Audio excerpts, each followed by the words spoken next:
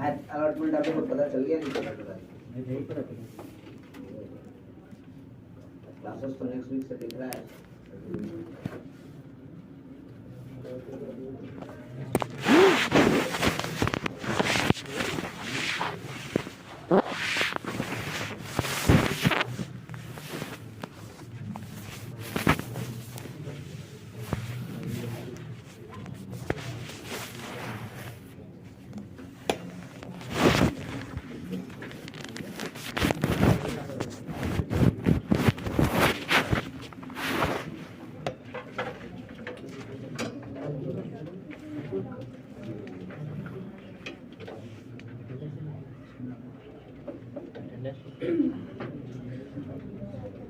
Question number 59. Minimum distance between the curve y square is equal to 4x and x square plus y square minus 12x plus 31 equal to 0. ठीक है ना भाई, एक बात ध्यान रखो, एकदम जनरल बात करते हैं, हम नहीं जानते सर्कल का इक्वेशन और पैराबोला का इक्वेशन क्या दिया है, लेकिन अगर कोई बोलता है मिनिमम डिस्टेंस, तो मिनिमम डिस्टेंस का मतलब क्या है? तो भाई अगर ये सर्कल है और ये पैराबोला है, तो मिनिमम डिस्टेंस मतलब ऐसे लाइन के अलोंग डिस्टेंस कीजिए जो कि दोनों पे क्या हो, परपेंडिकुलर। कर्व पे तो कोई परपेंडिकुलर होता नहीं, तो किस पे होगा? उसके टैंजेंट में। यानी हमको पैरेलल टैंजेंट ऐसे ड्रॉ करना पड़ेगा, ऐसे पैरेलल टैंजेंट। अब इन दोनों के बीच में जो डिस्टेंस होगा, क्योंकि दोनों पे परपेंडिकुलर होगा, तो ये जो डिस्टेंस होगा इसी को क्या कहेंगे? मिनिमम। लेकिन आप ध्यान से देखो, तो अगर ये लाइन को आप देख रहे हो, ये तो नॉर्मल हो गया है ना। और कैसा नॉर्मल हो गया? Common normal. अरे दोनों पे नॉर्मल है ना, सो दिस मीन्स ये वाला जो लाइन है ये हो गया कॉमन नॉर्मल। ठीक है, अगर ये कॉमन नॉर्मल है तो इसके बारे में डिटर्मिनेशन हो सकता है, निकल सकता है, करेक्ट। अगर ये निकल गया तो फिर ये पॉइंट दे पता चल जाएगा, क्योंकि नॉर्मल का फुट, अगर स्लोप पता होता है तो फुट ऑफ द नॉर्मल तो निकाल पाते हैं पैराबोला का।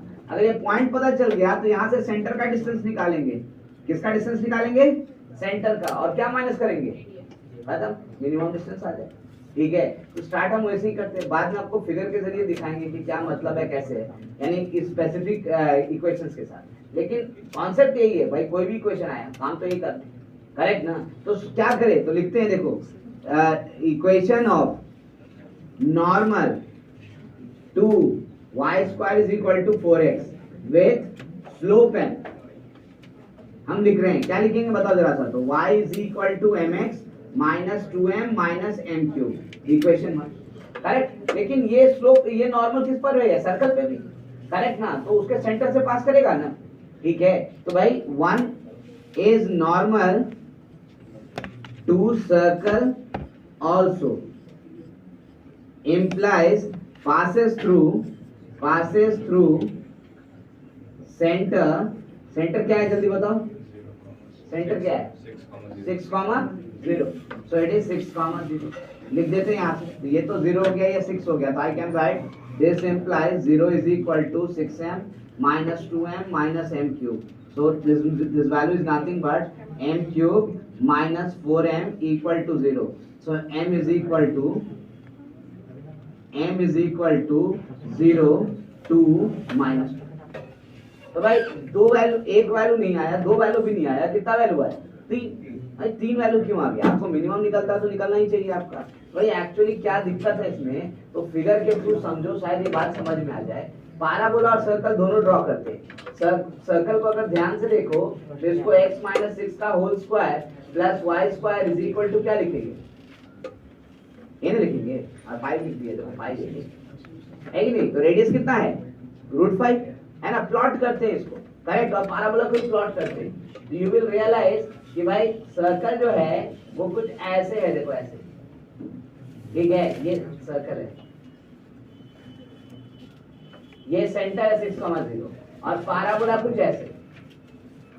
अब आप जब डिस्टेंस निकालोगे तो एक ऊपर से लिए आएगा, मान लीजिए यहाँ पर है, तो एक यहाँ के लिए आएगा, तो एक यहाँ के लिए भी आएगा, आएगा कि नहीं आएगा? तो इसीलिए m का 2 वैल्यू आ रहा है, एक प्लस में और दूसरा, दोनों का डिस्टेंस सेम होगा, दोनों में कोई फर्क नहीं पड़ेगा। हाँ एक वेरिएशन है, किसके साथ? इसके साथ। ठीक है, तो 3 डिस्टेंस आपको मिल रहा है, करेक्ट ना। तो किसको किसको चेक करना है? तो इन दोनों में से किसी एक को चेक करो, क्योंकि दोनों तो सेम होगा।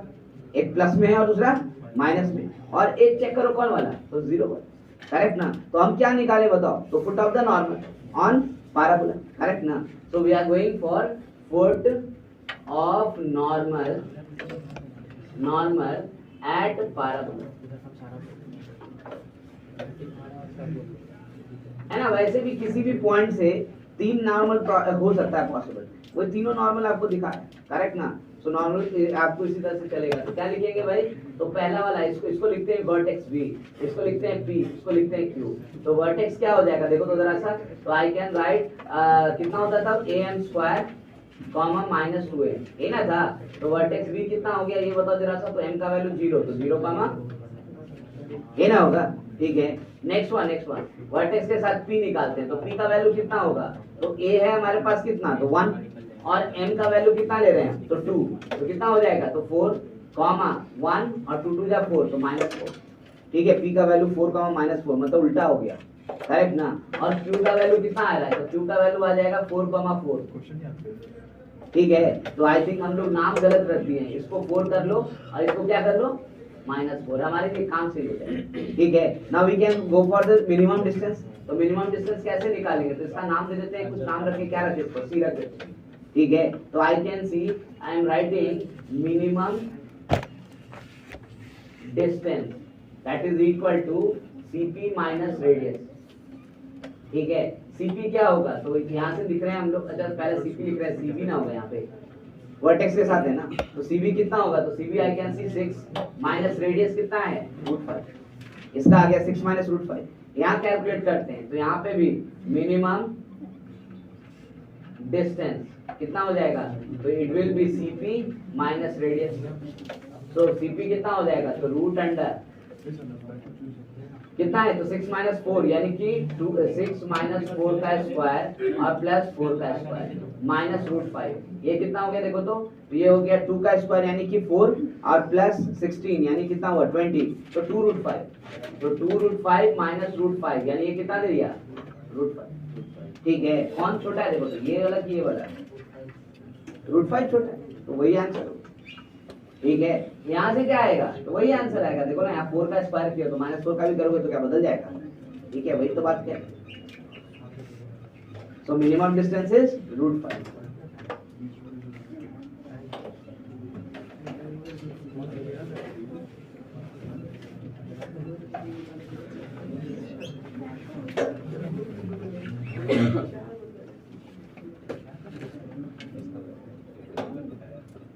ऑप्शन सी 6 माइनस √5 तो दिया भी नहीं,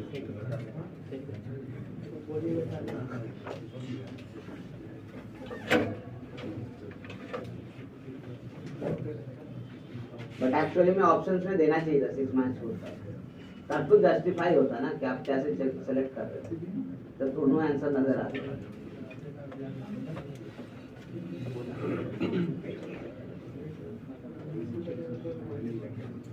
ओके द लास्ट क्वेश्चन 60, ये दोनों को क्लियर कर ही सकते हैं, आज पहला ही क्वेश्चन था, बहुत समय भी हो गया।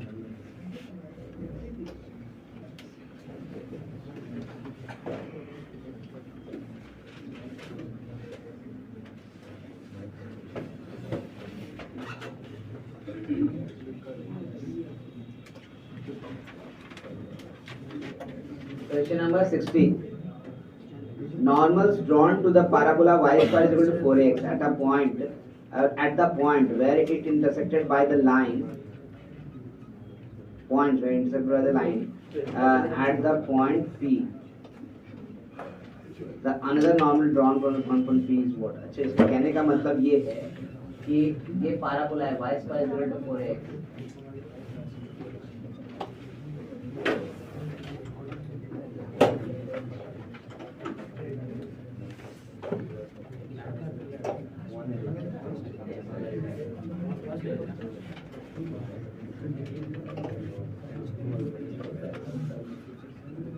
ठीक है, ध्यान दो, ये कह रहा है कि आप अगर इन सब का नाम दे दीजिए, इसको कहते हैं A, इसको कहते हैं B, इसको कहते हैं C। अगर AC को हम ज्वाइन कर दें तो AC का इक्वेशन दिया है, इक्वेशन ऑफ AC गिवन कितना है y is equal to m x plus, है ना, इतना ही कह रहा है।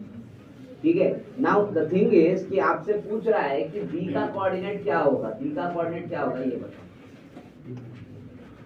ठीक है, यही आपको बताना है, इससे ज्यादा कुछ नहीं बताना। कैसे निकाला जाए अब तो वही सोचने वाली बात है। नॉर्मल का क्वेश्चन है भाई, नॉर्मल का क्वेश्चन है, उतना कैलकुलेशन तो हम करेंगे ही करेंगे, उसके बाद बात करेंगे। ठीक है, कितना कैलकुलेशन है, तो स्लोप लेकर के लिखे, और पास कहाँ से कर रहा है b, इसको क्या ले लेते हैं, तो h कॉमा लेट कर लेते हैं, उसके बाद ही सोचेंगे कुछ और। ठीक है, तो कैसे लिखा जाएगा, तो भाई m तो यूज नहीं कर सकते आप, क्योंकि m तो वो दिया हुआ है, करेक्ट ना, तो हम क्या ले ले, तो स्लोप लैम्डा लिख लेते हैं। ठीक है, तो let the equation of normal with slope lambda, lambda ले लेते हैं, क्या लिखेंगे बताओ, y is equal to lambda x minus 2a lambda minus a lambda cube आ गया। now equation 1, तो 1 passes through कौन सा पॉइंट, तो p h कॉमा k लिख देते हैं, तो दिस इंप्लाइज क्या हो जाएगा, तो a lambda cube plus lambda into 2a minus h plus k equal to 0, ये इक्वेशन। भाई ये तो करना हमारा नॉर्मल सी बात है ना, इस पर रिलेशंस भी लिखते हैं हम लोग। अगर रूट्स क्या होगा, तो lambda 1 lambda 2 lambda 3 are roots, इसका मतलब तो lambda 1 plus lambda 2 plus lambda 3 equal to 0, lambda 1 lambda 2 lambda 2 lambda 3 lambda 1 equal to 2a minus h by a and lambda 1 lambda 2 lambda 3 is equal to minus k। यहाँ तक तो लिखना ही लिखना है, normal का एक क्वेश्चन आया नहीं, जैसे ही बोला पॉइंट इंटरसेक्शन कॉमन है, तो इसका मतलब ये तो लिखना ही। अब स्टार्ट करते हैं question.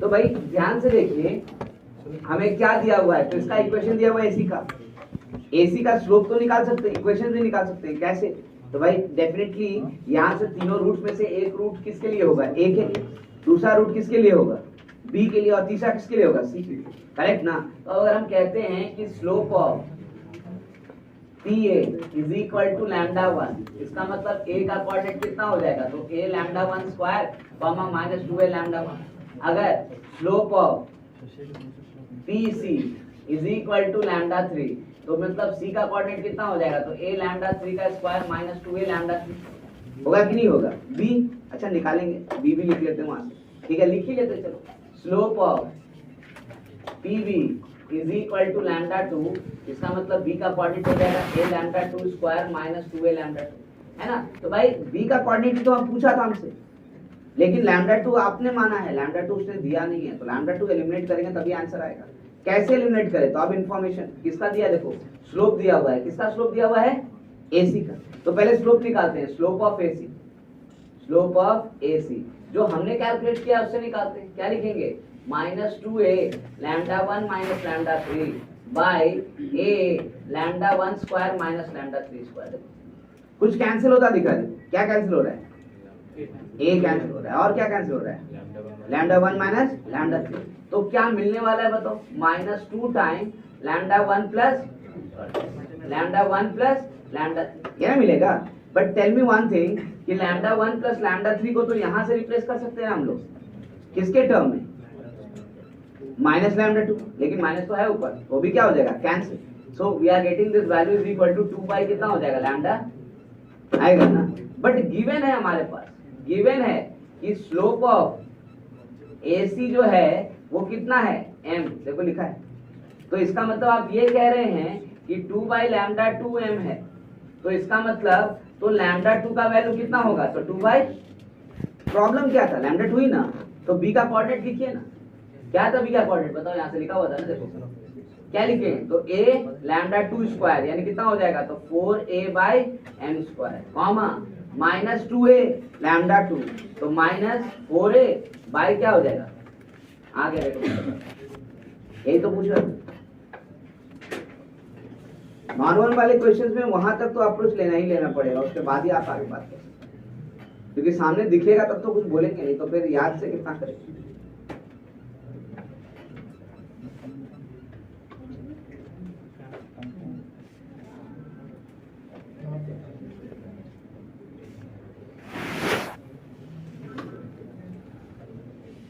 Option D.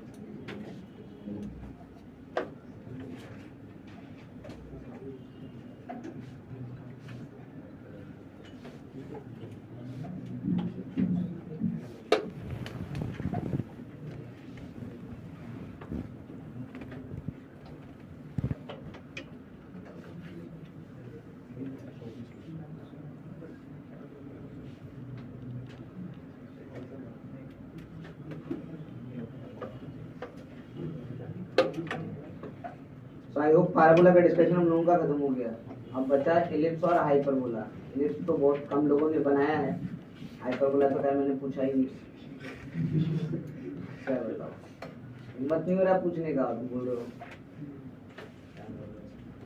But anyway ठीक है, आप बनाते रहें। और मैंने आपको बार बार कहा है, फिर दोबारा रिपीट कर दूं, ठीक है, कि 12th में हमारे यहाँ जो डिस्ट्रीब्यूशन है सिलेबस का, उसके अनुसार 12th में जो सबसे इम्पोर्टेंट टॉपिक है वो है कैलकुलस। क्योंकि पेपर को देखोगे तो 40% या उससे ज़्यादा ही कवरेज होता है कैलकुलस के क्वेश्चन, ठीक है। और उसके बाद कौन आता है, तो उसके बाद आता है कोऑर्डिनेट ज्योमेट्री, जिसको इसलिए 11th में रखा गया है कि दोनों सेपरेट है, ठीक है। बट कोऑर्डिनेट ज्योमेट्री भी ढंग से करना जरूरी है, क्योंकि दोनों का अगर मिला देंगे तो 75-80% क्वेश्चन तो आपके लिए लोग कवर कर लेंगे। और इतना क्वेश्चन बहुत होता है किसी चीज़ को ढंग से अटेम्प्ट किया। और अगर कोई छोड़ने का सोचेगा तो ये दोनों टॉपिक अगर कोई टच छोड़ा तो मतलब समझो मेजॉरिटी ऑफ क्वेश्चन से आप हाथ हो गए। इसलिए इस बात को ध्यान में रखिएगा। इसके बाद क्वेश्चन कम होता है, 1 क्वेश्चन 2 क्वेश्चन कभी नहीं होता है, वो होता है सेक्शन। लेकिन ये दोनों क्वेश्चन, इन दोनों सेक्शंस के बारे में कुछ नहीं कहा जा सकता। अप्रॉक्सीमेट 75-80% क्वेश्चन नजर आ जाएगा दोनों मिला। कैलकुलस के बाद सबसे इम्पोर्टेंट टॉपिक है कोऑर्डिनेट ज्योमेट्री, मेंस में भी और एडवांस में भी, दोनों में ही इम्पोर्टेंट। इसलिए प्रैक्टिस कीजिए, है ना। और आपको जो भी बताया है इस ध्यान में रखें इस बात को कि आप दोनों तरह के एग्जामिनेशन बेस आराम से करें। अब हम लोग थोड़ा सा पोलर डिस्कस कर देते हैं, क्योंकि हमारे पास समय है। ध्यान रखिएगा, क्योंकि हमारे पास समय है इसलिए डिस्कस कर रहे हैं, अदरवाइज इसका कोई ज़रूरत नहीं था। मैं एक भी बता के करता हूँ, ऐसा नहीं कि बस आप डिस्कस कर दिए तो कहीं पता चला किसी बैच में नहीं किया और जाके तो आपका मेरा तो हो गया था। करेक्ट, यही सिंपली इसकी ज़रूरत नहीं है, सिलेबस का पार्ट नहीं है। मैं कई बार रिपीट कर रहा हूँ, उसके बाद जो बता रहा हूँ, ठीक है। और अब तो सिलेबस भी शायद आ गया होगा, इस साल वाला मेंस वाला सिलेबस तो आ ही चुका है ना, वो तो देख ही सकते हैं। नोटिफिकेशन शायद एडवांस का भी निकल चुका है,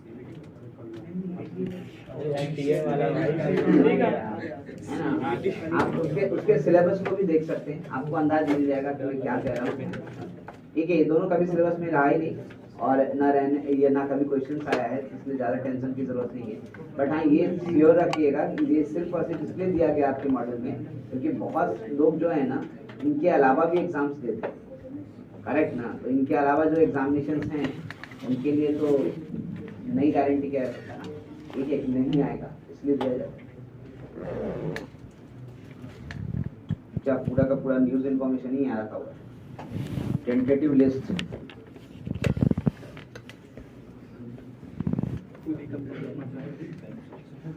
सिलेबस भी है क्या? चलिए नोट कर लीजिए इन द केस, ताकि हम स्टार्ट कर सकें। I am just looking for the syllabus, what is there.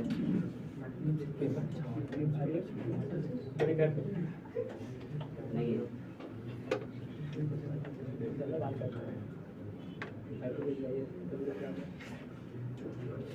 देखो, अपार्ट फ्रॉम जेई क्या कितने एग्जामिनेशन हैं, ये सब दिखा रहा है अलग अलग, लेकिन अब तो सब कंबाइन कर दिया नहीं, सब एक ही जगह चल रहा है। इंस्टीट्यूट का इधर नहीं, अभी कुछ एग्जामिनेशन हैं जो क्या अलग है, पहले तो सभी अलग अलग। यही छोड़ सबको, बाकी सबको पता होगा प्राइवेट सब उनको भी पता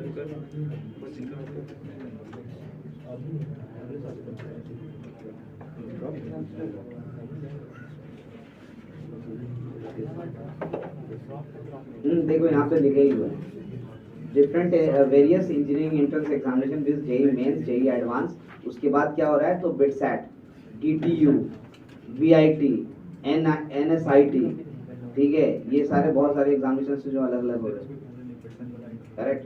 तो मैंने कहा आपको कि apart from JEE mains and advance ये सब चीजें पूछी जा सकती हैं, लेकिन इन दोनों के सिलेबस का पार्ट नहीं है, इन दोनों में टेंशन नहीं है, ठीक है। And I don't think so कि we require anything else apart from that. हाँ, बट कुछ लोग जरूर देते हैं कि भाई अगर मान लीजिए मन लाइक ब्रांच नहीं मिला, करेक्ट, सर्टेन तो बहुत सारे बता रहे है ना। एक स्टूडेंट था मेरा, बहुत अच्छा स्टूडेंट था, करेक्ट, स्टार्टिंग में तो उसका आईटी भी क्वालिफाई किया, लेकिन उसमें सीएस उसको नहीं मिला। सीएस मिल रहा था उसको कहाँ, तो सीएस मिल रहा था उसको नया वाला जो आईटी था उसमें मिल रहा था, छोड़ करके बेट्स पिलानी ज्वाइन कर लिया सीएस के लिए। तो होता है, अपना अपना एक क्रेज है कि ये मतलब हम कुछ कर सकते हैं, तो भाई उस कारण से वी कैनॉट से कि भाई नहीं आपको नहीं देना पड़ेगा, लेकिन दैट डिपेंड्स कि आपको जरूरत है नहीं है, यू सी द थिंग, क्योंकि वहाँ पे भी एक क्वेश्चन या 2 क्वेश्चन की बात होती है, ज़्यादा तो होता नहीं। अपने सिलेबस पे कॉन्सेंट्रेट करें, ज़्यादा बेटर होता है। क्लियर करें, कहाँ से क्लियर करना स्टार्ट करिए, तो 56 हटा सकते हैं।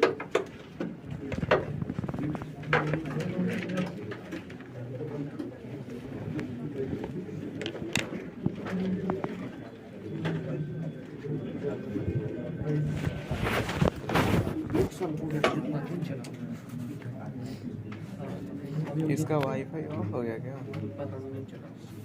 पापा लोग आए उनको छोड़ने के लिए बच्चा मास्क नीचे है तो बहुत लग रहा था भाई।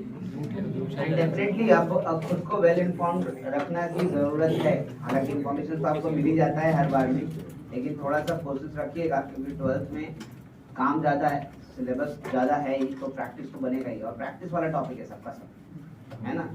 कॉन्सेप्ट आसान है, वहाँ पे 12th में टीचर के लिए ज़्यादा प्रॉब्लम नहीं है, क्योंकि कॉन्सेप्ट बहुत आसान है, छोटी सी बातें बोलनी है, उसका प्रैक्टिस करना है।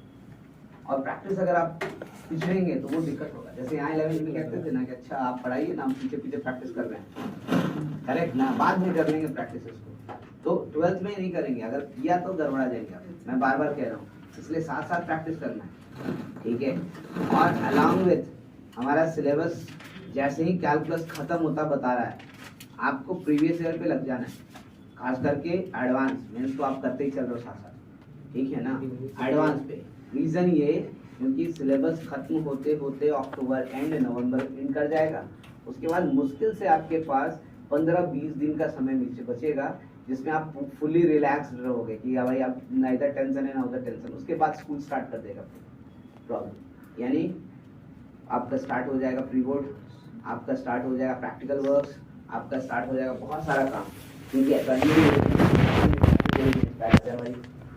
ठीक है, वो खत्म करेंगे, उसके बाद आ जाएगा बोर्ड खत्म करेंगे, फिर जेईई मेंस दूसरा, फिर एडवांस तीसरा, मतलब समय खत्म हो जाएगा। उसके बाद आप सोचेंगे कि हम एडवांस का क्वेश्चन बनाते हैं, प्रैक्टिस करते हैं, तो भाई वेल हेड हम अगर अक्टूबर के फर्स्ट वीक में भी खत्म कर देते हैं, और आप अगर स्टार्ट नहीं करते हैं जून जुलाई तक अटेम्प्ट लेना, तो बहुत मुश्किल हो जाएगा, क्योंकि लास्ट मोमेंट पे एडवांस के क्वेश्चन इरिटेट करेंगे, मैं बार बार कह रहा हूँ, इरिटेट करेंगे, पूरा क्वेश्चन एक बार में पढ़ने में भी अब वक्त लगेगा, ठीक है। तो वो धीरे धीरे उस इरिटेशन को खत्म करना है, तो पढ़ना ही, इसलिए मैंने बहुत पहले से आपको बोला था कि थोड़ा थोड़ा स्टार्ट कीजिए। अब तो 11th हो गया, तो बहुत सारे क्वेश्चन समझ सकते हैं, मिक्स्ड क्वेश्चंस भी होगा तो उसको बना सकते हैं, है ना। तो धीरे धीरे पढ़ना स्टार्ट करेंगे, और कैलकुलस जैसे जैसे हो जाएगा तो बहुत सारे क्वेश्चन ऐसे ही बनेंगे, ठीक है। तो स्टार्ट करना जरूर, तो ध्यान में रखिएगा इस बात को जो बताया है।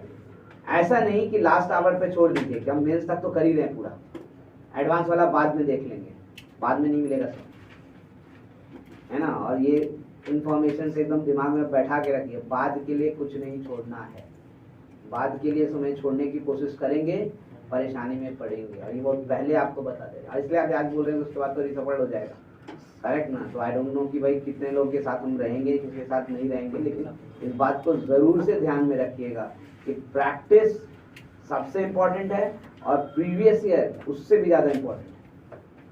प्रीवियस ईयर अगर नहीं बना रहे हैं आप तो फिर तैयारी का कोई भी मेजरमेंट नहीं है कि आप क्या मेजर करेंगे, कैसा चल रहा है तैयारी, तो कोई मेजरमेंट नहीं, मतलब कुछ भी नहीं बता सकते कि कैसा तैयारी चल रहा है। पढ़ रहे हैं, ठीक है, पढ़ रहे हैं, लेकिन प्रीवियस ईयर बना रहे हैं तब मेजरमेंट है भाई ये क्वेश्चन बना पा रहे हैं, ये क्वेश्चन नहीं बना पा रहे हैं, इस क्वेश्चन को हम समझ रहे हैं, उस क्वेश्चन को नहीं समझ रहे हैं, ये तब मेजर कर पाएंगे। तो एक्चुअल में मेजरमेंट करना है तो प्रीवियस ईयर ही बना है ना। और डिफरेंशियल कैलकुलस खत्म होते हैं जैसे इंटीग्रल पे जाएंगे तब तक यू आर रेडी, आप एडवांस के क्वेश्चंस पिक करना स्टार्ट कर देते हैं, फिर एडवांस के क्वेश्चंस एक एक करके बनाना शुरू करें। कम से कम मैंने तो कई बार ऐसा देखा कि भाई कुछ बैचेस में मैं बोल रहा हूँ कि अगर बहुत ज़्यादा इरिटेशन होता है तो रात में सोते वक्त, सोने से आधे घंटे पहले एक क्वेश्चन उठाइए दवा की तरह, ठीक है, आज मैथ्स का, कल फिजिक्स का, परसों केमिस्ट्री का, ऐसे उठाइए और उसको सॉल्व कीजिए। आधा घंटा लगे, 45 मिनट्स लगे, बने नहीं बने, इन कम से कम दिमाग में तो है क्वेश्चन, उसके बाद तो सोने जा रहे हैं आप, करेक्ट ना।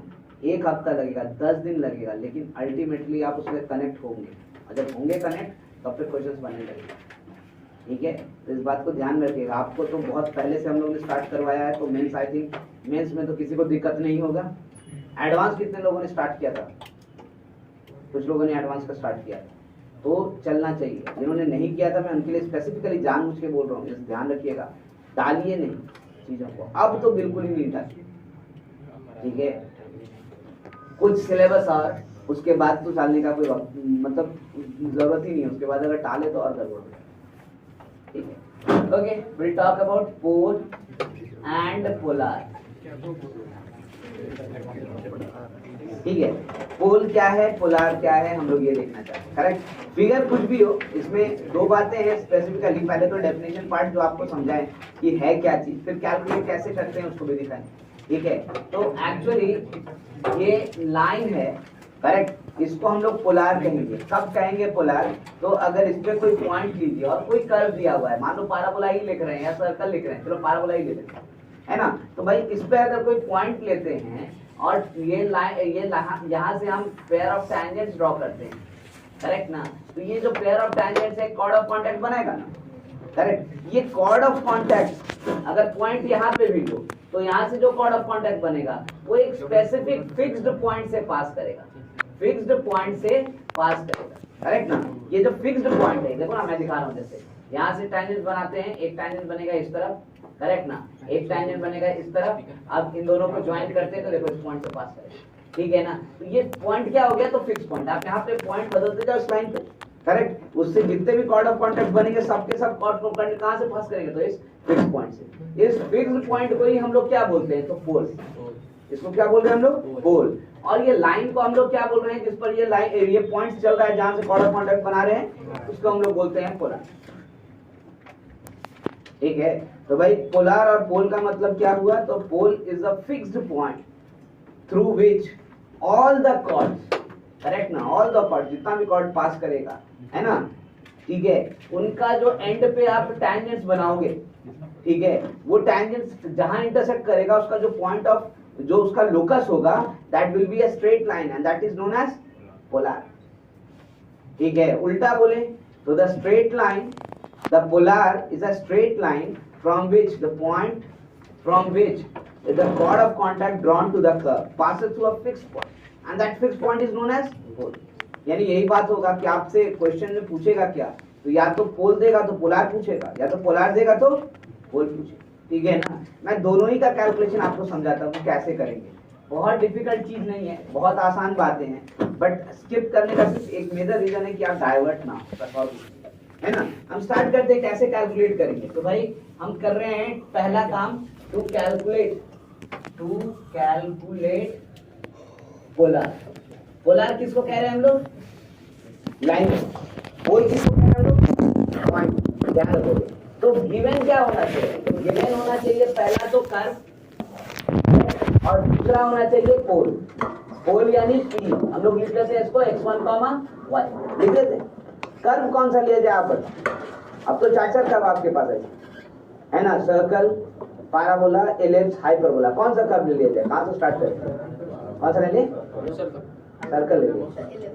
सब अलग अलग बोलोगे तो हम कैसे लेंगे, सहारा लेते नहीं, अच्छा चलो सब में एक एक ले लेंगे, ठीक है ना। यहाँ सर्कल ले लेते हैं, सर्कल से स्टार्ट करते हैं, है ना। सर्कल ले लेते हैं यहाँ पे x square plus y square is equal to a square, वो भी आसान वाला ताकि समझ में आ जाए बात जल्दी से, ठीक है। लेट्स स्टार्ट द थिंग्स कि भाई हमको पोल दिया हुआ है और ये सर्कल दिया हुआ है, हमको क्या चाहिए, तो हमको पोलर का इक्वेशन चाहिए। कैसे निकालेंगे, तो देखो यहाँ से ये सर्कल है और यही पोलर होगा जिसका लोकस चाहिए, ठीक है। तो इस पॉइंट को चुन लेते हैं P, करेक्ट है। इसको क्या लिखेंगे, तो इसको लिखेंगे H, K। अच्छा P इसको लिख नहीं सकते, इसको क्या लिखना पड़ेगा, Q लिखेंगे, इसी का लोकस चाहिए तो इसको क्या लिख दें, H, K। थोड़ी देर की यहाँ से जो हम कॉर्ड ऑफ कांटेक्ट बनाएंगे, देखो ऐसे कॉर्ड ऑफ कांटेक्ट बनाएंगे, ये कॉर्ड ऑफ कांटेक्ट पास करेगा एक पॉइंट से। अब जरूरी नहीं है कि पॉइंट कर्व के अंदर ही हो सकता है कि पॉइंट जो हो ये कर्व के बाहर यहाँ पर हो, x1, y1, ठीक है ना। मैं ऐसा बिल्कुल नहीं कह रहे हैं कि पोल हमेशा कर्व के अंदर रहेगा, कर्व के ऊपर भी हो सकता है, कर्व के बाहर भी हो सकता है, कहीं भी हो सकता है, ठीक है ना। इसलिए फिगर में इस बार हमने कर्व के बाहर बना दिया, देखो, ठीक है ना। ऐसा कुछ हो गया तो भाई हमको किसका लोकस चाहिए, तो Q को क्या माना है, H, K। तो भाई equation of chord of contact बताओ, equation of chord of contact क्या लिखेंगे, फॉर Q H, K क्या लिखे बता दो जिसे, T इक्वल टू ये ना होता है कॉर्ड ऑफ कांटेक्ट, है ना। किसके रेस्पेक्ट में लिखना है, तो Q के, क्योंकि Q के कारण कॉर्ड ऑफ कांटेक्ट बनेगा। और T किसके लिए लिखेंगे, तो सर्कल के लिए। तो क्या लिखा जाए बताओ, XH plus YK is equal to, सही है ना। ना अगर इसको इक्वेशन 1 कहते हैं तो 1 पासेस थ्रू कौन सा पॉइंट, जल्दी बताओ, P, x1, होगा कि नहीं होगा, क्योंकि पोल के से ही ना पास करेगा वो कॉर्ड हमारा, तो पोल साटिस्फाई करेगा इसको। तो क्या लिखोगे, तो आज लिखोगे x1h plus y1k is equal to a। अब किसका लोकस चाहिए था, देखो तो यहाँ x1 y1 दिया हुआ है ना, a स्क्वायर दिया हुआ है ना, तो भाई अननोन क्या है, h और k, लेकिन h और k का क्या चाहिए था आपको, लोकस। तो अब h के जगह क्या लिख दें, x, और k के जगह क्या लिख दें, y। तो I can write, so equation of polar कितना हो गया, तो x x1 plus y y1 equal to a square. अरे ये तो t इक्वल टू 0, लेकिन किसके रेस्पेक्ट में, Q के नहीं, किसके में, P यानी पोल P के रेस्पेक्ट। तो I can say equation of polar is nothing but t equal to 0, bracket में लिख लेना, with respect to pole P x1, y, ठीक है। ताकि ध्यान रहे कि पोलर निकालने में भी कोई टेंशन नहीं है, सिर्फ t इक्वल टू 0।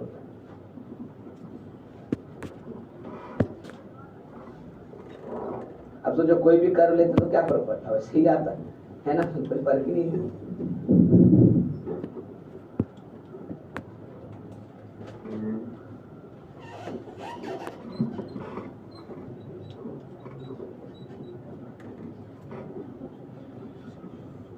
आप सोच रहे हो कि इसको बता ही देते क्या दिक्कत है, तो इतना आसान चीज है। एक फिर कंफ्यूजन होता है ना, t इक्वल टू 0 क्या क्या हो गया, हम तो खाली आपको दो ही चीज बताया, तीसरा भी आ गया।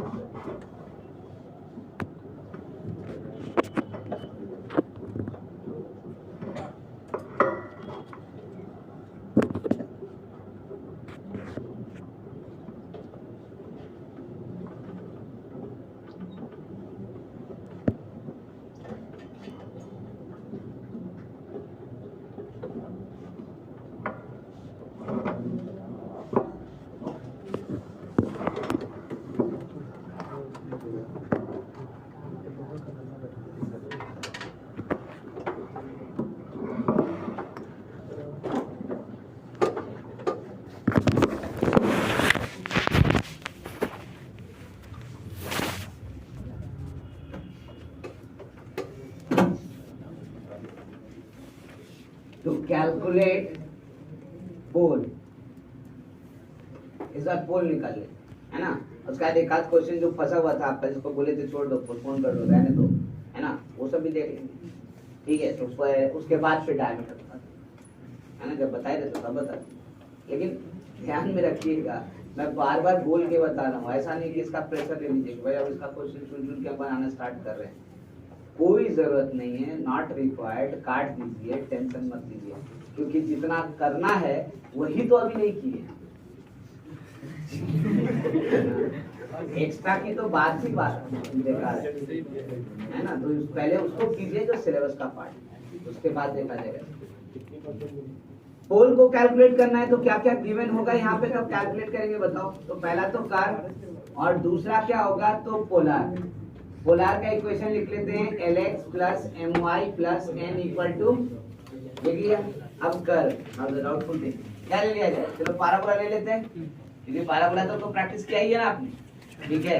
डायमीटर ले लेंगे सर इस पे इलिप्स में, ठीक है, तो काम हो जाएगा। तो चलो यहाँ पे पैराबोला लेते हैं, y square is equal to 4x, ठीक है।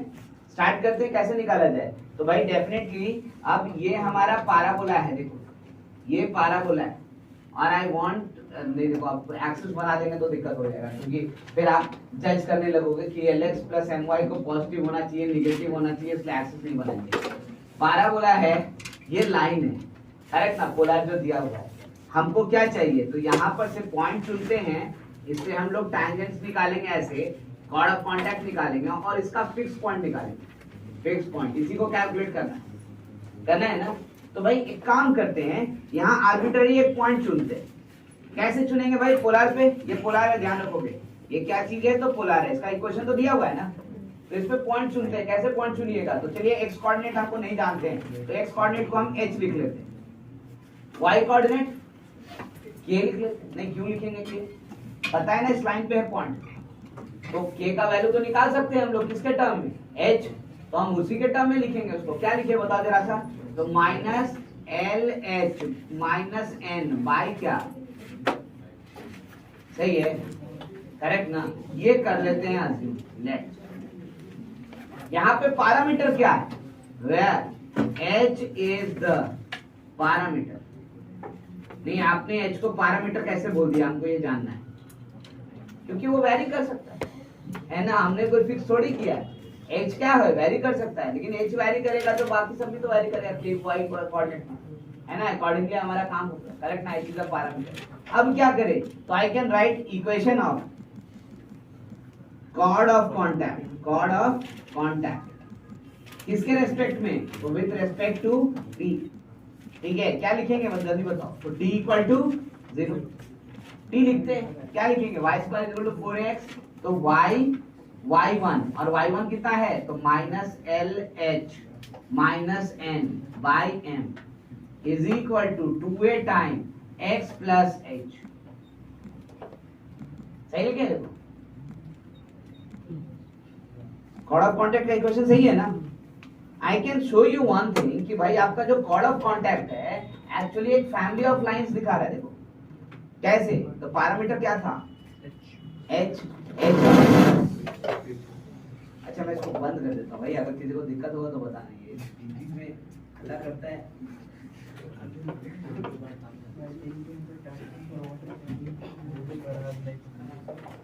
ठीक है, तो जैसा मैं कह रहा था कि ये फैमिली ऑफ स्ट्रेट लाइन दिखाएगा, कैसे पता चलेगा हमको, तो भाई देखिए ना, कोई भी स्क्वायर टर्म तो है सब लीनियर, और उसमें एक पैरामीटर है कौन, h, तो एक इक्वेशन रखते हैं जो सारे h के साथ, और एक रखते हैं जिसमें h नहीं है, मैंने तो सबको एक तरफ लिया, ये सब नेगेटिव इधर लाएंगे तो क्या हो जाएगा पॉजिटिव, और m डिनोमिनेटर में क्यों रखेगा, क्या करें मल्टीप्लाई, तो I can write like this 2am into x plus h plus y time LH plus n equal to, लिख दिया। अब क्या करें, जिसमें h नहीं है पहले वो कलेक्ट करो, तो h किसमें नहीं है, तो मुझे दिखता है यहाँ पे 2am into x, 2am into x, और यहाँ पे प्लस yn, और h कहाँ है, तो h एक जगह कलेक्ट करते हैं, तो यहाँ से मिलेगा कितना, यहाँ से मिलेगा YL और वहां से मिलेगा 2am इक्वल टू, हो गया ना। जरा सा ध्यान से देखना, ये L1 यहाँ से लैम्डा L2 इक्वल टू 0 ऐसे ही नजर आ रहा है, where I am taking lambda is equal to x, ऐसा नजर आ रहा है ना। So that means this equation, इसको 1 बोलते हैं. 1 represents family of lines, है कि नहीं? लेकिन फैमिली ऑफ लाइंस तो एक स्पेसिफिक एक फिक्स पॉइंट से पास करता है ना. वो कैसे निकालते हैं? इसका किसका इंटरसेक्शन? दोनों लाइन का, मतलब कौन सा, L1 और L2, है ना. सो डेफिनेटली दिस इंप्लाइज, है ना, one passes through intersection of कौन सा, तो L1 इक्वल टू 0, वो कितना है, तो 2amx plus yn equal to 0, and दूसरा वाला क्या है, तो yl plus 2am equal to. दोनों का इंटरसेक्शन निकाल सकते हैं ना बहुत आसानी से.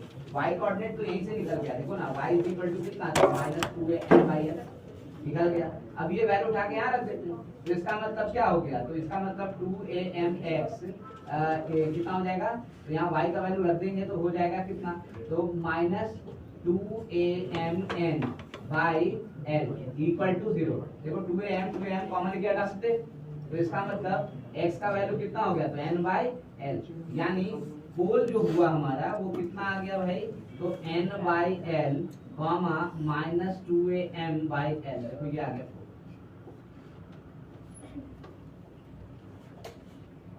बात समझ में आया? तो भाई दोनों कैलकुलेशन, पोलर दिया है तो पोल दिया है तो पोलर निकालेंगे, और पोलर दिया है तो पोल निकालेंगे. अब आप देख सकते हो पोलर निकालना ज्यादा आसान है क्योंकि उसमें तो फॉर्मूला है. अब पोल निकालने में थोड़ा सा मेहनत है कि family of straight line types.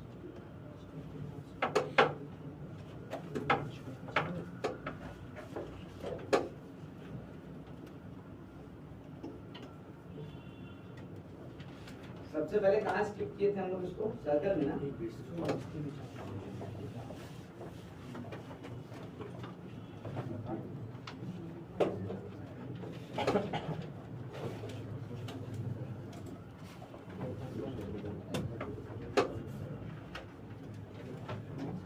Yes, it is 2 circle. Question number 26.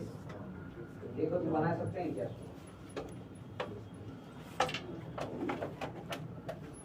Circle BTS 2 question number 26.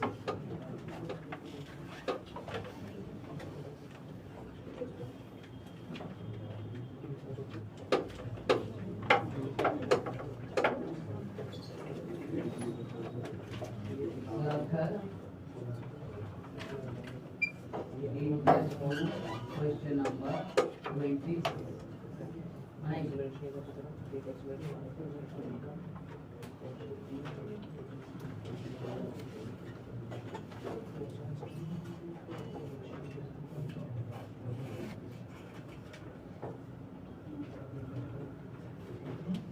Page number लिख दे, पेज नंबर 43.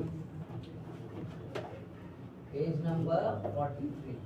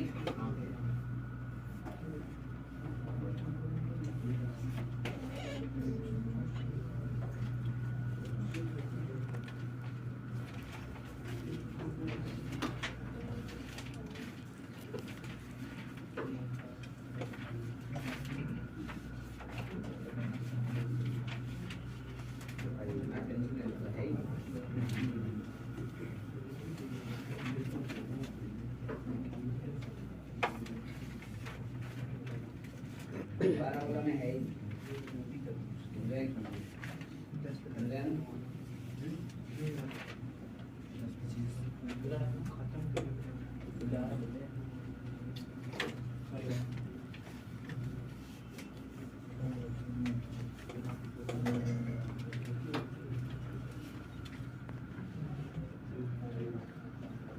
है ही नहीं।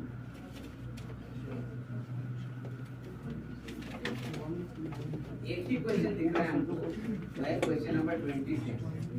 उसमें भी क्वेश्चन क्या कह रहा है? If the polar of a point, जैसे मैं लिख देता हूँ एक ही क्वेश्चन इसी। If the polar of a point P, Q with respect to circle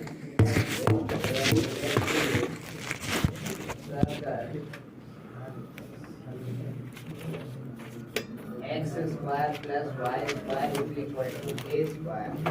Touches the circle. X minus c का whole square plus y minus c का whole square is equal to b square. Then option A, e square plus q square, e square plus q square is equal to a square minus b minus c का whole square. B, e square plus q square equal to a square minus c minus b का whole square. C, a square plus q square equal to b square minus cp minus dq का whole square.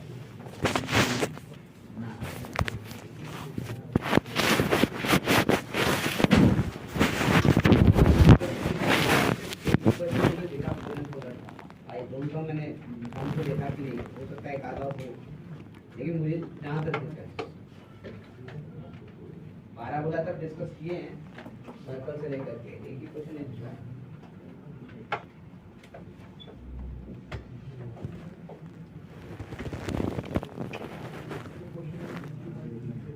इसका parabola का 55 है, एक question है parabola 55। चलिए वो भी बना लीजिए, लेकिन पहले यहीं स्टार्ट कर। कैसे लिखेंगे पोलर इसका बताओ, बोल दिया हुआ है तो पोलर कैसे लिखा जाए?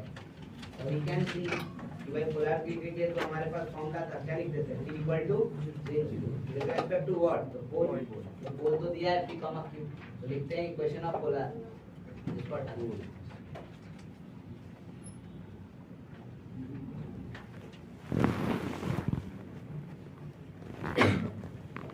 Equation of polar with respect to pole P, C equal to Z. Implies क्या लिखेंगे? XP plus YQ is equal to A square. अब कह रहा है कि ये जो लाइन है ये सर्कल को टच करेगा, फिर सर्कल को टच करेगा, तो भाई सर्कल जिसका कि सेंटर क्या है, सेंटर को O लिखते हैं, तो C, D है ना, टच करेगा ऐसे। तो भाई इन दैट केस यहाँ से जब हम परपेंडिकुलर डालेंगे तो ये लेंथ किसके बराबर होगा? ये ना होगा, तो खाली वही तो लिखना है कंडीशन के लिए। तो भाई परपेंडिकुलर डालिए, तो इसका मतलब रेडियस तो a है ना, तो I can say mod of कितना लिखेंगे? तो cp minus plus dq minus a square by कितना root under b square plus q square is equal to कितना लिखेंगे? b सर, b अच्छा हां भी लिखें ये सर, अच्छा ये वाला सर्कल है ना, सॉरी इट विल बी ठीक है, ये हो गया तो इसका रेडियस भी है लिखेंगे। तो इसका मतलब क्या हो गया? तो भाई इसका मतलब हो गया कि b square into b square plus q square is actually equal to कितना लिख सकते हैं? तो a स्क्वायर माइनस कितना हो जाएगा? cc माइनस cq का, अब देखो कौन सा ऑप्शन चाहिए? क्वेश्चन ए, यही क्वेश्चन। और एक और कौन सा बताया पैराबोला में? Question number 55। Yes, the polar of a point with respect to distance. Same तरह का question. Question number 55 parabola.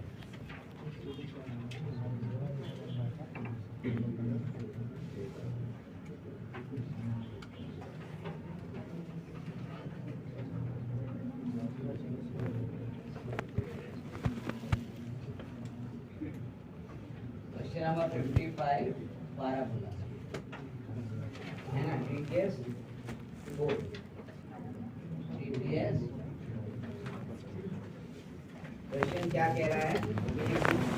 The polar of a point with respect to y square is equal to 4x touches x square is equal to 4y if the locus of this point is x y equal to lambda, then mod lambda is equal to एक question 1 2 3 4 option देना. So how to get this one? The polar of a point with respect to this one, that is this one, and the locus of this point. यानी पोल का locus निकालना. इसका locus निकालना है पोल का. तो पोल को ही मान लेते हैं क्या, h कॉमा a. फिर पोलर लिख सकते हैं, और वो जो पोलर आएगा वो टैंजेंट होगा किसका, तो दूसरा वाला पार होगा. ठीक है, तो आई कैन से भाई इसका सॉल्यूशन भी डिफिकल्ट नहीं है, मैं ऐसे लिख रहा हूँ. Let pole be P H comma, so equation of polar with respect to y square is equal to 4x. क्या लिखेंगे बताओ जल्दी से. It will be t equal to, हो जाएगा ना.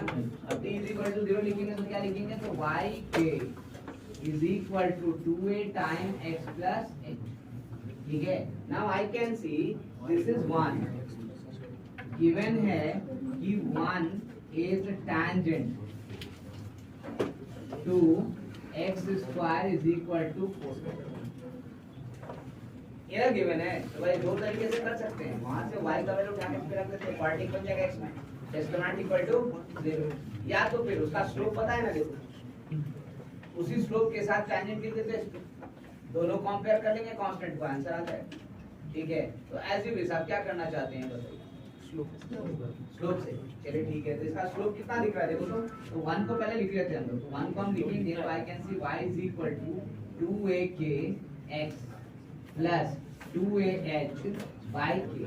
ये हो गया इक्वेशन 1. इसको 1 बोलते हैं, दोनों सेम ही चीज है. हम इसको 1 इसलिए बोल रहे हैं कि कंपेयर करना आसान होगा. तो भाई ये इसमें स्लोप कितना दिख रहा है, 2a बाय k, करेक्ट ना. So I am writing equation of tangent to x square is equal to 4y with slope 2a by k. क्या लिखेंगे, तो y is equal to 2a by kx. और क्या लिखते हैं इसमें, क्या था बताओ, y is equal to mx minus क्या था, am स्क्वायर ना, करेक्ट ना. तो यहाँ से क्या लिखेंगे, माइनस. अच्छा a तो है ही नहीं इसमें, a क्यों लेके चलते हैं, a है क्या, हम लोग ने यहाँ गलत लिख लिया, y square is equal to 4x है, और हम लोग लिख रहे हैं ax, तो यहाँ से a2 होगा, करेक्ट ना. So I can write this is 2 by k, this is 2h by k, correct.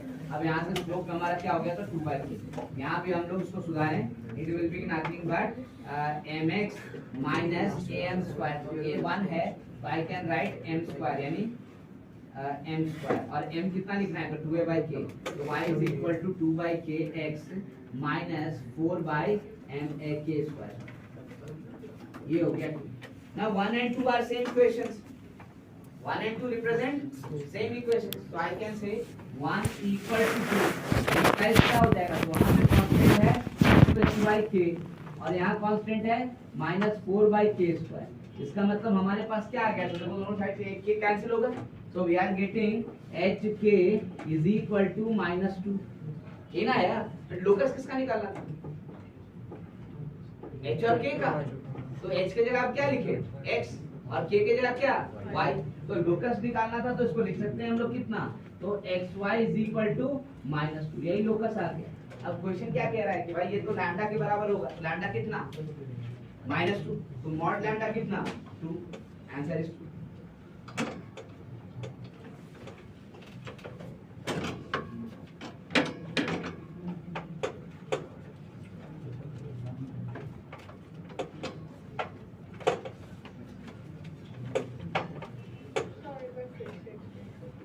मैंने ये कहा कि भाई पोल का लोकस निकालना है, तो पहले तो उसको h को के मान देते, बाद में h को x और k को y लिखेंगे। भाई पोल जो है उसके रेस्पेक्ट में जो पोलर आएगा इस पर तो y पर जो फोरेक्स है वो टैंजेंट होगा किस पे, तो दूसरा वाला पार्ट हो गया।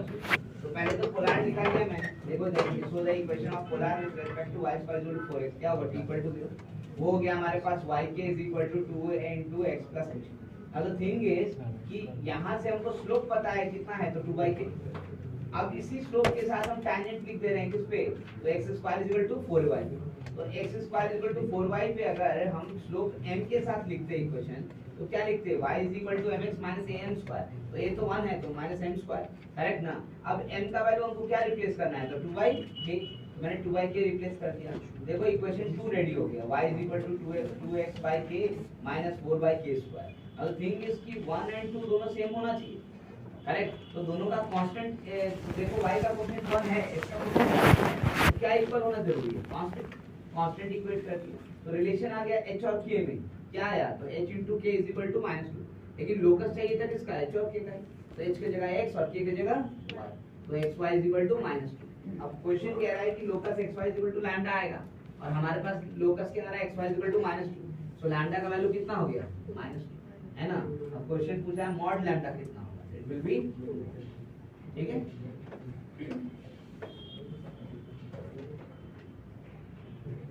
I hope comfortable. और कहीं है कुछ, कहाँ पर है 146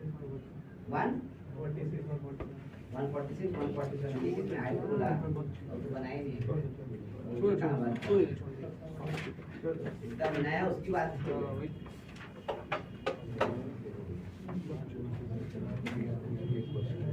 अब देखना क्या होता है ना, आईफोन ऐसे नहीं बनाएंगे, चूंकि वाला क्वेश्चन बना लेते हैं, जरूरत नहीं है बना लेते हैं, जरूरत है नहीं बनाने।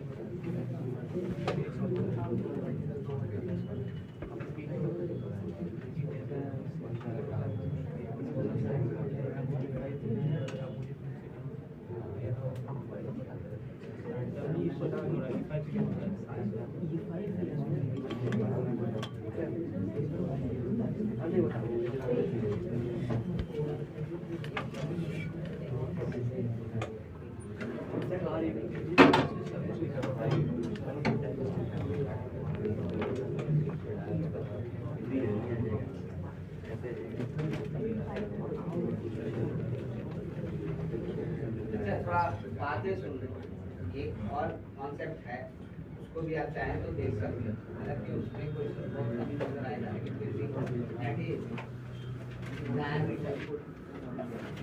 क्योंकि भाई हम लोग के सिलेबस में जो डायमीटर वो खाली सर्कल वाला है ना, और सर्कल वाले डायमीटर में हमको इस डेफिनेशन की इसकी जरूरत नहीं। सेंट्रल कर्व में डायमीटर्स को हम लोग डिफाइन कर रहे हैं, ध्यान रखिएगा। सेंट्रल कर्व का मतलब इसका सेंटर है, ठीक है। और अच्छी बात क्या होती है कि भाई सेंट्रल कर्व हमारे पास कौन कौन से हैं, सर्कल, एलिप्स और क्या, हाइपरबोला। और तीनों में एक बात ध्यान रखिए कि भाई जो डायमीटर होगा हमेशा सेंटर से पास करना।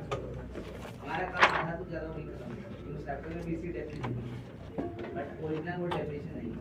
डेफिनेशन क्या होता है डायमीटर का, तो भाई अगर कोई एक सेट ऑफ कॉर्ड्स दिया गया है पैरेलल कॉर्ड एम स्लोप के साथ, तो उनके मिड पॉइंट का जो लोकस होगा उसी को हम लोग डायमीटर, ठीक है। तो डायमीटर का जो डेफिनेशन है किसी भी कर्व में वो ये है, the locus of mid point,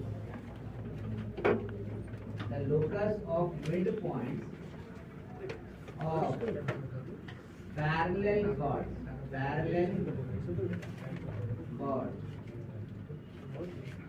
in a curve is known as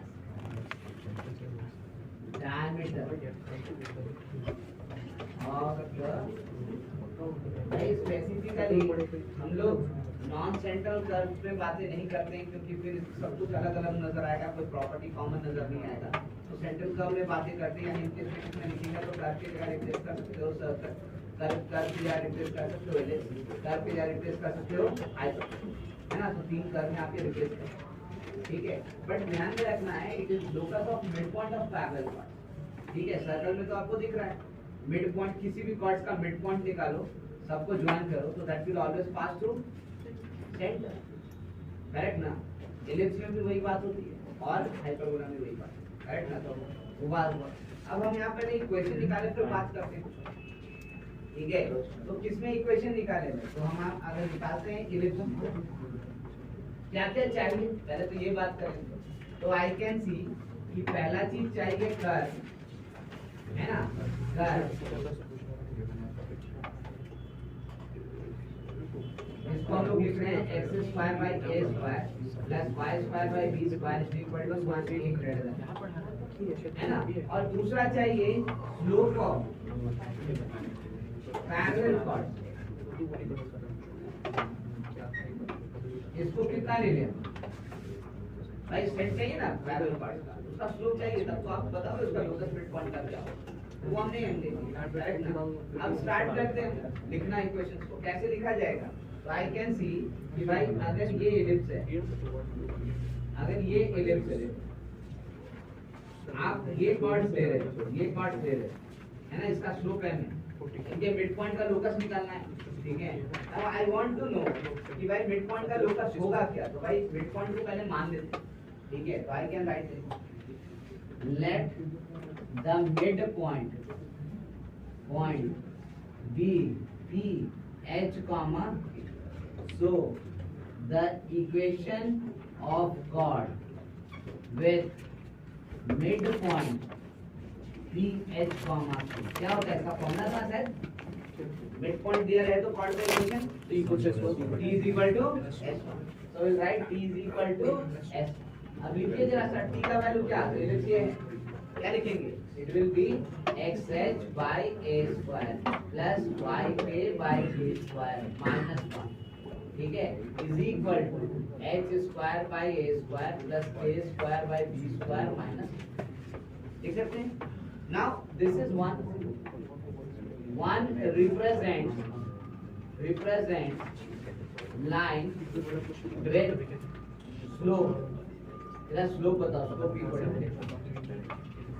इस लाइन का स्लोप बताओ भाई। ये तो पूरा कांस्टेंट है, ये तो स्लोप देगा नहीं, स्लोप कौन देगा, ये दोनों ना। y is equal to mx plus c में फॉर्मेट में चेंज करेंगे तो कितना आएगा, कितना आएगा जल्दी बताओ, minus B square H by K A square, ये आएगा। स्लोप ऑफ लाइन 1 क्या आएगा, यही ना आएगा। लेकिन गिवन क्या है कि स्लोप किसके बराबर होना चाहिए, तो कॉर्ड का इक्वेशन है ना ये सब कॉर्ड का, और इस सब कॉर्ड का स्लोप कितना दिया हुआ है m। तो गिवन है कि भाई, गिवन है कि minus B square H by K square जो होगा वो किसके बराबर होगा, तो m के बराबर। अब देखो एक रिलेशन आ गया जिसमें a और b दोनों दिया हुआ है, m भी दिया हुआ है, तो क्या नहीं दिया हुआ है, h और a, तो उसका तो लोकस निकालना। तो h की जगह क्या लिखें x और k की जगह क्या लिखें y। तो I can see this equation become minus B square X by K sorry Y A square Y equal to m, यानी इस इक्वेशन को ऐसे लिख सकते हैं y equal to minus B square A square m whole into x। Now this is equation of diameter, equation of diameter,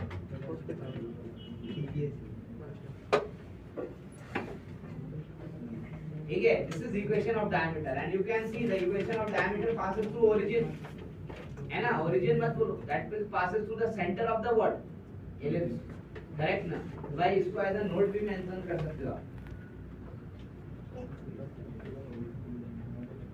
diameter always passes through center of the curve. भाई curve ellipse लीजिए, parabola लीजिए, ellipse लीजिए, hyperbola लीजिए, circle लीजिए, centre से पास कर रहा है। देखो पास कर रहा है 0 0।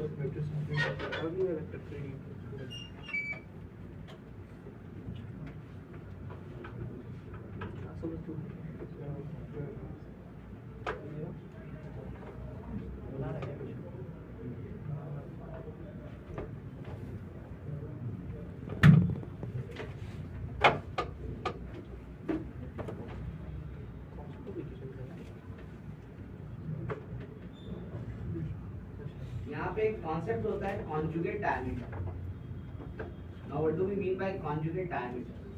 दो डायमीटर्स को कॉन्जुगेट बोलते हैं, जैसे हाइपरबोला में कॉन्जुगेट है, हर जगह है, यहाँ पे वही बात है। दो डायमीटर को कॉन्जुगेट बोलते हैं। कब बोलेंगे? जब एक का स्लोप अगर m है ना, किसका? डायमीटर का, तो वो किससे जनरेट हुआ है? वो जो कॉर्ड से जनरेट हुआ है उसका स्लोप अगर m1, तो भाई m1 स्लोप वाला जो डायमीटर होगा वो किससे जनरेट होगा? जिसका स्लोप मतलब एक दूसरे से रिलेटेड। करेक्ट। अब हम क्या कर रहे हैं जरा सोचो, डायमीटर जो निकाल रहे हैं, डायमीटर का स्लोप कितना दिख रहा है? तो यही ना है स्लोप, ठीक है। अगर इस स्लोप को हम m1 बोलते और इससे हम पूरा कॉर्ड बना और उसका डायमीटर निकाले, उसका डायमीटर अगर m आ जाए, तो हम लोग क्या बोलेंगे? दोनों एक दूसरे का क्या है? क्योंकि हमेशा ऐसा नहीं होता, रेयरली ऐसा होता है। भाई कॉन्जुगेट डायमीटर एक कॉन्सेप्ट बनता है, इसको हम लोग डिफाइन करते हैं।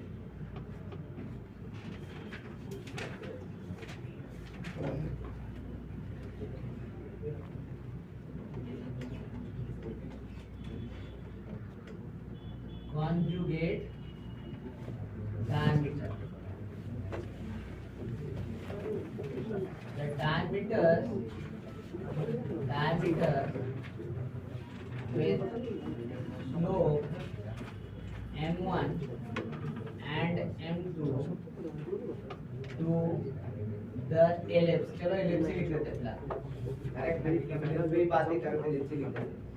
ठीक है, उसको हाइपरबोला भी कर सकते हैं, सर्कल भी कर सकते हैं, no doubt.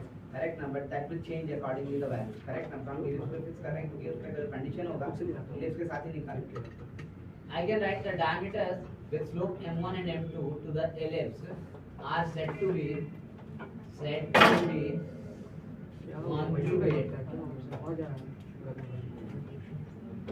conjugate to each other if and only if diameter of slope m1 is the locus of midpoint of chord with slope m2 and vice versa। vice versa मतलब उल्टा भी है ना। डायमीटर m2 स्लोप के साथ जो है वो एक्चुअली क्या है? ध्यान दो, इधर बात नहीं करो। जो डायमीटर m1 है उसके वो स्लोप m1 के साथ वो क्या है? तो लोकस है किसका? मिड पॉइंट का। किसके?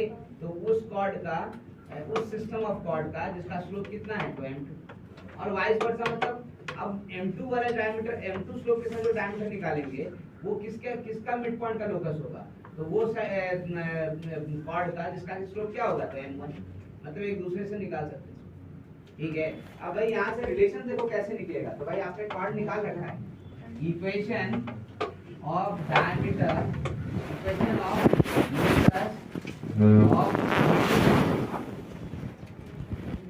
ऑफ कॉर्ड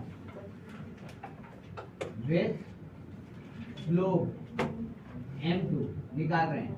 ये क्या होगा बता दो बस। ये तो निकाल सकते हैं ना, ये तो निकाले हुए हैं हम लोग, यहाँ निकाले हुए हैं ना, खाली m के जगह क्या लिखना है? m2। तो this will be y is equal to minus b square a by m2, a square by m2 है ना, होल इनटू क्या लिखेंगे? ठीक है। बट गिवन क्या है कि भाई ये तो किस चीज को बोल रहे हैं? तो diameter with slope m1। Correct ना। तो इसका मतलब ये हो गया कि m1 जो हो गया वो minus B square by A square m2 के बराबर हो गया। करेक्ट, यानी कॉन्जुगेट डायमीटर के लिए रिलेशन क्या हुआ, तो m1 m2 must be equal to minus B square by, ये हो गया कॉन्जुगेट डायमीटर का रिलेशन। यानी आप इसको चाहें तो रिपीट डिफाइन कर सकते हैं कि दो कॉन्जुगेट डायमीटर्स को हम कैसे डिफाइन करेंगे या कैसे चेक करेंगे। तो अगर m1 m2 minus B square by A square हो जाए तो बोलेंगे वो क्या है, तो कॉन्जुगेट डायमीटर एलिप्स के लिए। ठीक है, अगर एलिप्स के लिए बोल रहे हैं तो हाइपरबोला के लिए भी एस्टैब्लिश, अगर एलिप्स के लिए बोले तो सर्कल के लिए एस्टैब्लिश। सर्कल के लिए क्या होगा, तो बी स्क्वायर के जगह क्या रख देंगे, ए स्क्वायर, यानी कितना आ जाएगा माइनस। ठीक है,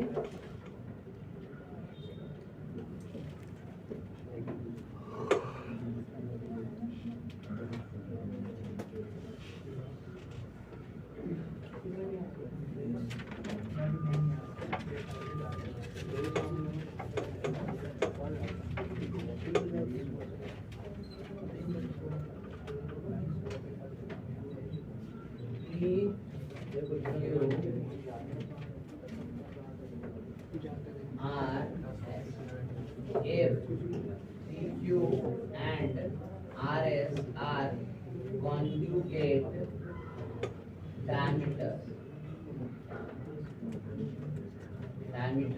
to x square by a square plus y square by b square equal to 1, a greater than b, with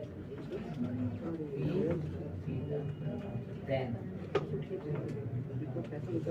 अच्छा, I want to know only one thing, आप जरा कैलकुलेट करके बताएं, मुझे ज़्यादा जानकारी स्टेटमेंट देखिए एज अ क्वेश्चन समझिए या क्या समझिए उसको, है ना भाई। अगर PQ और RS दो कॉन्जुगेट डायमीटर ले रहे हैं, वही जिनसे तो पास करेगा दोनों, लिख दिया ऐसे, करेक्ट ना। अगर कॉन्जुगेट डायमीटर है किसका, तो एलिप्स का, x square by a square plus y square by b square equal to 1, a greater than b।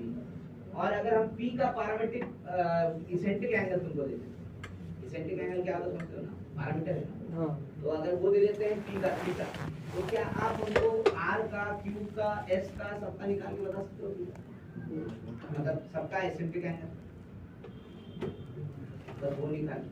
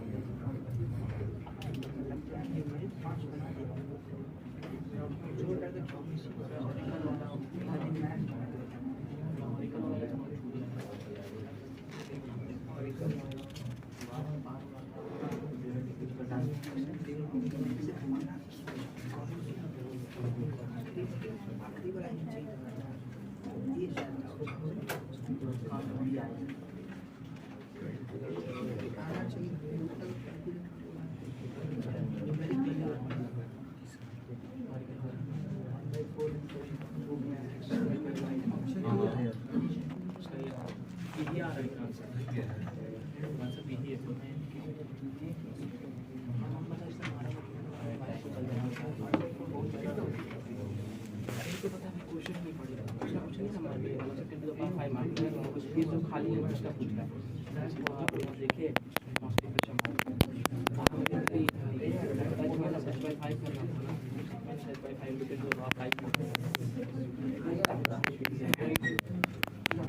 क्या है रिजल्ट?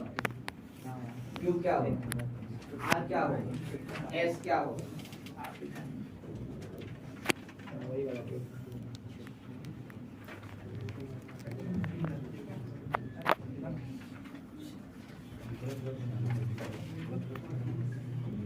क्या होगा? देखो हम यहाँ इन्फॉर्मेशन लिखो तो पहले कैलकुलेट करते हैं भाई। ये सब सेंटर से पास कर रहा है और सेंटर क्या है हमारा? तो 0,0 एनीथिंग है। तो भाई काम तो इसको आसानी से निकाल सकते हैं। क्यों? क्योंकि वी कैन सी कि P and origin 0 0 and Q are collinear है ना। तो Q निकालने में क्या दिक्कत है भाई? कोलिनियर है तो ठीक है। कैसे निकलेगा हमको ये बताओ जरा। तो P को अगर लिख रहे हो थीटा तो इसका मतलब उसको लिख रहे हो A cos थीटा और B sin theta. Let Q be equal to theta 1 तो इसका मतलब A cos थीटा 1 और B sin थीटा 1 ये ना लिख रहे हो, ठीक है। तो I can write slope of OP is equal to slope of OP। देख सकते हैं आप? बताओ स्लोप ऑफ OP कितना? तो स्लोप ऑफ OP लिखेंगे हम लोग कितना? O तो 0 0 है ना, तो B sin theta by A cos theta. This can be written as B sin theta 1 by A cos theta 1। ऐसे लिखेंगे, ध्यान दो बात इतने लिखेंगे। इसका मतलब हमें तो क्या मिल गया? तो tan theta is equal to tan theta 1, इतना ही आएगा। इसका मतलब ये मिल गया कि theta is equal to theta 1 या फिर कितना? तो पाई प्लस थीटा 1, सॉरी उल्टा लिख दो, theta 1 is equal to theta या फिर पाई प्लस थीटा, ठीक है। तो ये वैल्यू तो नहीं ले सकते हम। क्यों नहीं ले सकते? नहीं तो दोनों सेम पॉइंट हो जाएगा। तो क्या वैल्यू लेना चाहिए? Pi plus theta. तो इसका मतलब हम ये लिख सकते हैं P अगर थीटा है तो Q जो है वो कितना है? तो पाई प्लस। वेरी गुड, बहुत अच्छी बात। अरे R कैसे निकाले? R कैसे निकाले ये बताइए। लाइन वाला तो समझ में आ गया, R निकल जाएगा तो S भी निकल जाएगा, क्योंकि R का जो होगा S का फिर क्या लिखेंगे? तो पाई प्लस, है ना। तो अब R कैसे निकाले? तो I can say let R is equal to कितना? तो A cos theta 2 B sin theta 2। Theta 1 उसको लिए तो थीटा 2 को लेंगे, करेक्ट ना। तो आई कैन शो यू कि स्लोप ऑफ कॉर्ड OR या RS, देखिए RS is equal to B sin theta 2 by A cos theta 2। सही है? कैसे? तो हमने इसका निकाला ना, OR का ना, एक ही स्लोप ना होगा, ठीक है। अच्छा, slope of chord PQ sorry, ये कितना होगा? तो B sin theta by A cos theta, होगा कि नहीं होगा? Now I can see कि RS and PQ are conjugate diameter। तो इसका मतलब तो यही हो गया कि B sin theta 2 by A cos theta 2 into B sin theta by A cos theta is equal to B minus B square by A square। ऐसे ही होगा ना, ठीक है। अब देखो तो दोनों साइड से क्या कैंसिल हो गया? B स्क्वायर भी और A स्क्वायर। तो आपको क्या मिल गया? मैं यहाँ से कैलकुलेट करता हूँ। आपको क्या मिल गया? तो आपको मिल गया tan theta 2 into tan theta 1 is equal to कितना? -1 ना। अरे तो ये स्लोप है ना, m1 m2 is equal to sorry theta है ना, m1 m2 is equal to कितना लिखा है? -1। तो इसका मतलब ये हो गया कि थीटा 2 मस्ट बी 90 प्लस कितना होना चाहिए? और कोई चारा नहीं है, तभी तो होगा ना ऐसा, ठीक है ना। तो इसका मतलब हमारे पास जो पॉइंट R है वो कितना होगा? तो पाई बाई 2 प्लस है ना। तो s कितना होगा ये बताओ, 3 पाई बाय 2 प्लस, मतलब आप ये कह सकते हो कि सब पाई बाय 2 से डिफर कर रहा है। एक का इसेंट्रिक एंगल पता चल गया तो सबका पता चल गया। मैंने कैलकुलेट करके निकाला था कि आप बात को समझ सकें, है ना। लेकिन ध्यान रखिएगा कैलकुलेशन वाली बात नहीं, उसके बाद अगर जरूरत भी पड़े तो डायरेक्ट लेके, अगर कॉन्जुगेट है तो हमेशा ऐसा ही होगा, पाई बाय 2 से डिफर करेगा।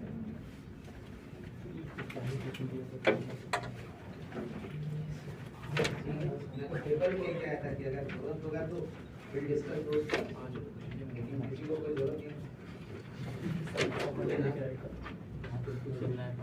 आई होप कि अभी कोई जरूरत हो और पॉसिबल तो नहीं होगा।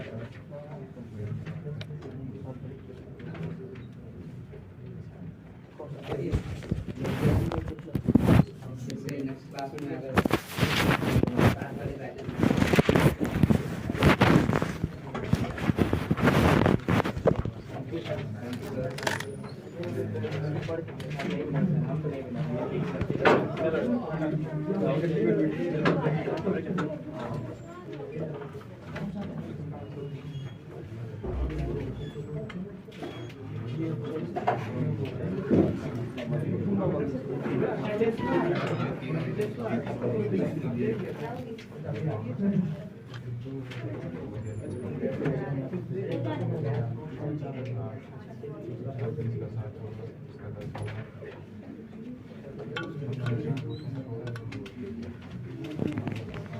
आज्ञा सिंह, अभिनव शर्मा, आदित्य कुमार, आदित्य राज, अक्षत आनंद, अमन कुमार, अमन सिंह, अनिकेत कुमार, अनिरुद्ध, अंकुर सिन्हा, अनुभव आनंद, आयुष सिंह, आयुष कुमार,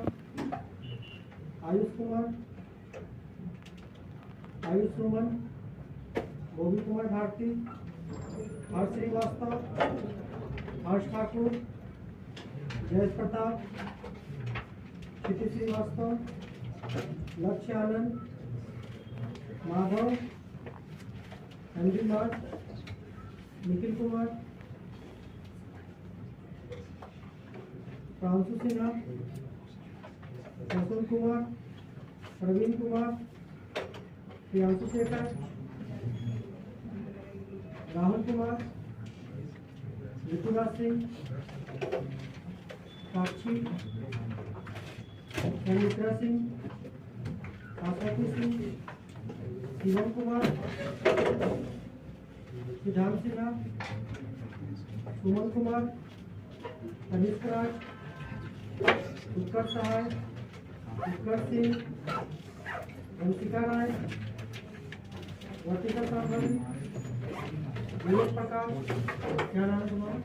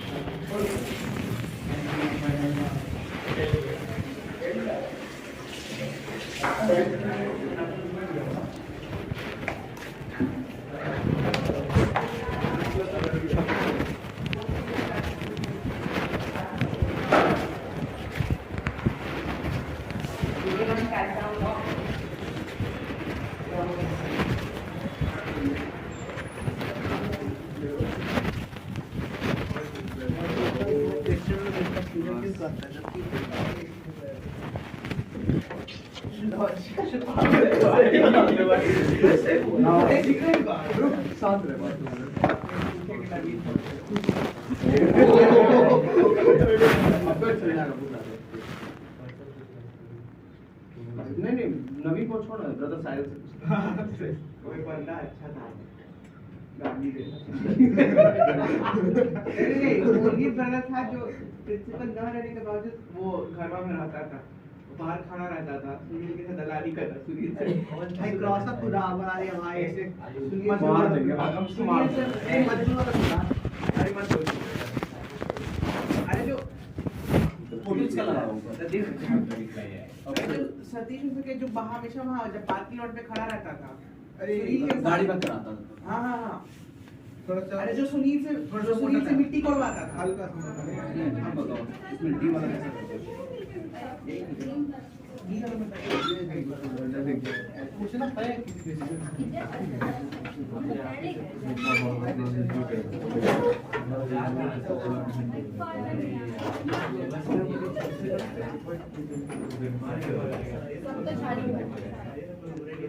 बैच अलॉटमेंट आपको पता चल गया।